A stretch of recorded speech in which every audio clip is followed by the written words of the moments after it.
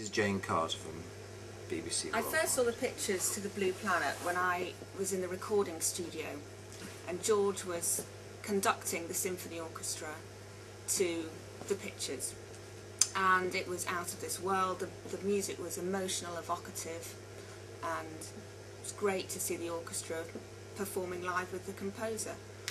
Then they replayed it as it would go out on television on a very small screen with the narration over the top of it. And I thought it was a shame that you couldn't really hear the music and see the pictures as large as I'd seen them. So I suggested to George that we put a show on and that we blow the pictures up as big as we possibly can and have George conducting the orchestra live with an audience. And we have now got the biggest screen we can find in Europe, and it's the size of a 3-storey building, and we put the pictures that the BBC have filmed up on the screen, and we're coming to the arenas and performing it live, and George will be there conducting a 76-piece orchestra with a choir and other soloists, and you will see the pictures like you've never seen them before. The killer whale will be bigger than you can see it in real life. It'll be absolutely overwhelming and exciting, and it's something you should come and see. At the beginning of each sequence, the presenter or George Fenton will explain to the audience what's going to happen in the next sequence, and will describe with a narrative and the science behind it, whether it's the chase of the grey whale or whether it's why the dolphins spin, and tell the audience what's going to happen, and then they'll turn round and it's all down to the pictures and the music. The exciting thing about the show is it's about going behind the scenes. The narrator is often somebody who was a cameraman, or he was there, or he's researched it, and he was a person that actually saw the killer whale on the beach, or actually filmed and waited for the blue whale's tail. And it's something you can't ever really see on television. You can't really get behind it, and the show brings those people to you as well as bringing the sea to you. When Jane first suggested doing the show, of course the big issue was it actually a show? What you know, because by putting something on the screen, by reworking some of the stuff that's on the screen, you have to construct it that it's a show. It has a first half and a second half, and hopefully it has a shape like a show.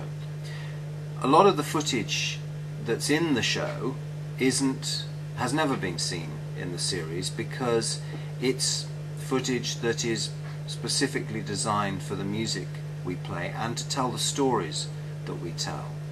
And we had to be quite specific about the stories that we can tell without a narration.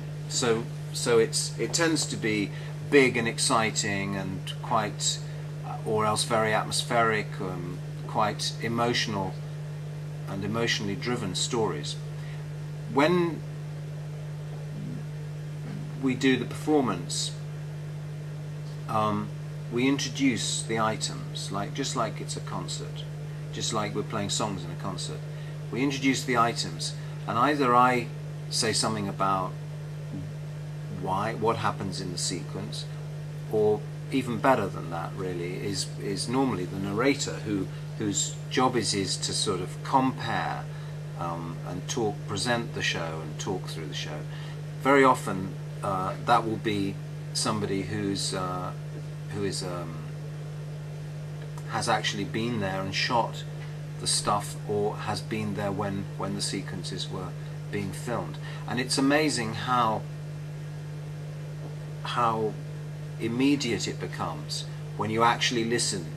You know, if you want to know what it's like to climb Everest, and you actually listen to somebody who has climbed Everest, it's a completely different experience. If you want to know what it's like to go 2 miles down in a submarine, and the person who's been 2 miles down in a submarine is standing on the stage telling you what it's like, and then you see, like 60 by 40 foot high, this experience of going 2 miles down in a submarine, then it's pretty great, really. And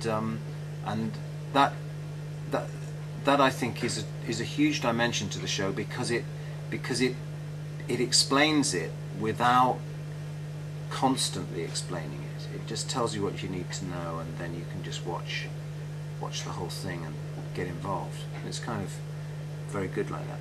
The difference this time is that whereas before we did this concert and toured around the world with it, and played in all kinds of countries in different languages and things, in Denmark and Hong Kong and all over the place. We've